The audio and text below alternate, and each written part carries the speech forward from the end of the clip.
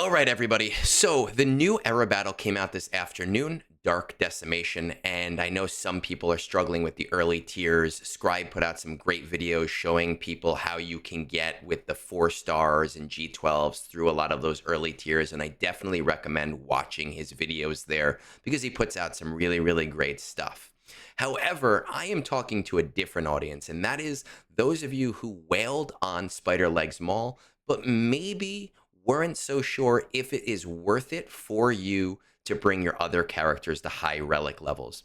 Now, we know with this era battle, we're actually only getting 6 instances and then 6 instances of the light side battle as opposed to 12 and 12, which kind of ruins some of the ROI. But what I am going to tell you is that doing some experimenting earlier, I was able to do tier 7. So that's the Relic 9 tier that unlocks with Spider Legs Maul at Relic 9 with all of the other characters at their minimum investment to get that 7-star Maul. So at Relic 2.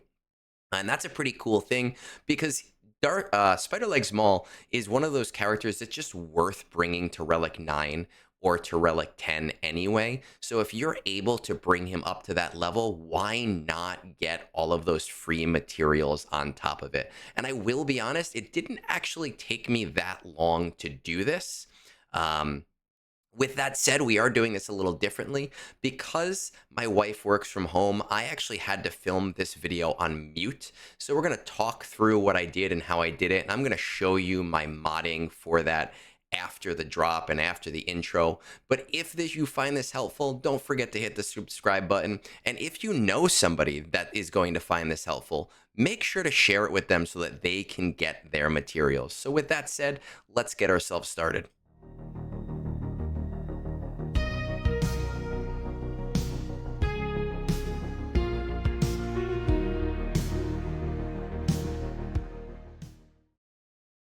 All right, so here we are, and you can see that I've already beaten the tier at 3 stars. All of the other tiers I actually did just on auto without changing my mods at all, so I think next time I will be able to get these to 3 stars without any issue. And the first time I tried this tier was with no mod switching at all. Right, so mediocre mods on everybody except for Hate-Fueled Maul, and I managed to get to the 4th wave and pretty close to beating the final boss without any input at all.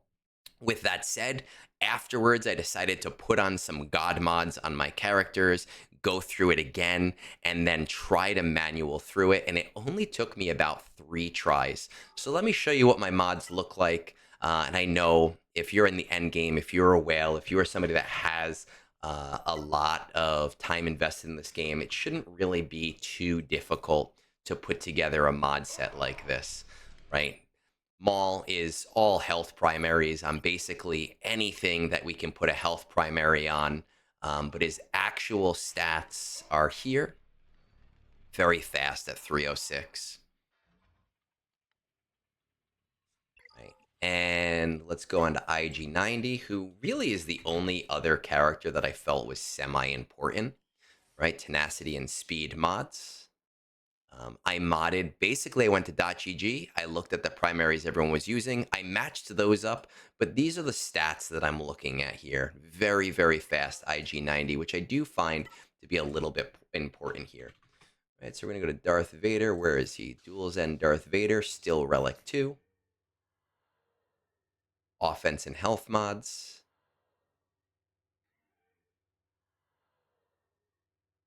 Okay, and Asajj. Oh, I did 2 A's. What a silly goose.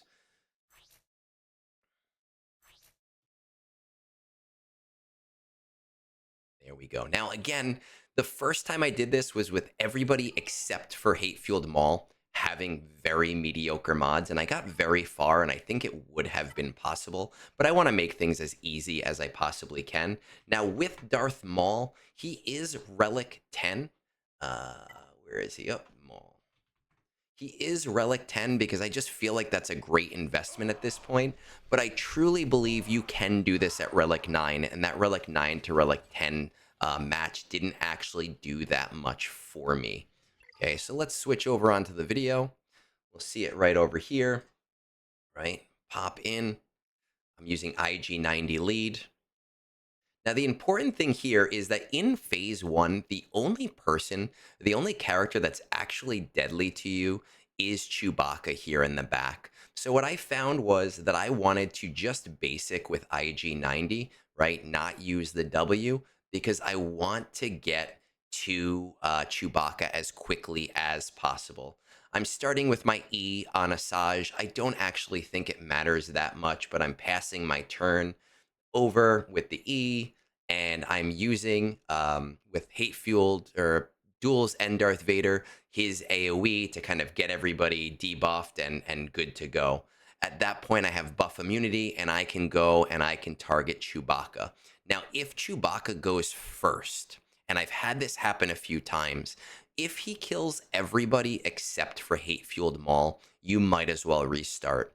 But as long as IG-90 survives it or misses it, you are in pretty good shape to be able to continue the run if you don't care about getting it at 3 stars. In this run, because of the God mods, I managed to get everybody to survive, and it wasn't that big of a deal.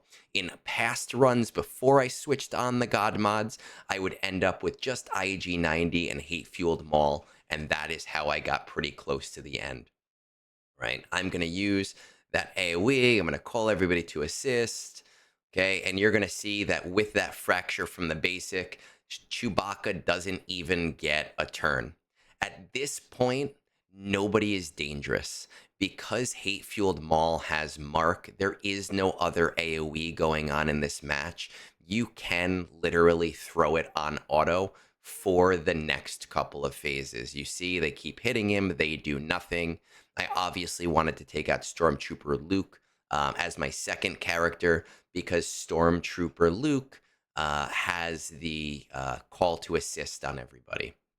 Now, in the second phase, which we're coming into right about now, there is no AoE at all. You can go through this as naturally as possible, as slowly as possible. It literally doesn't matter. This is on auto, look ma, no hands, right?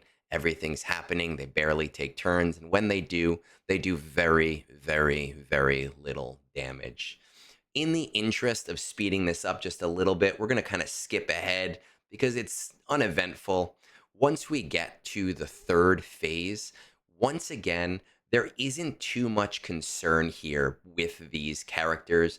They are all going to hit Maul, and even Yoda and Chewbacca isn't going to do that much damage, but I want to take him out first as the most likely candidate to be lethal.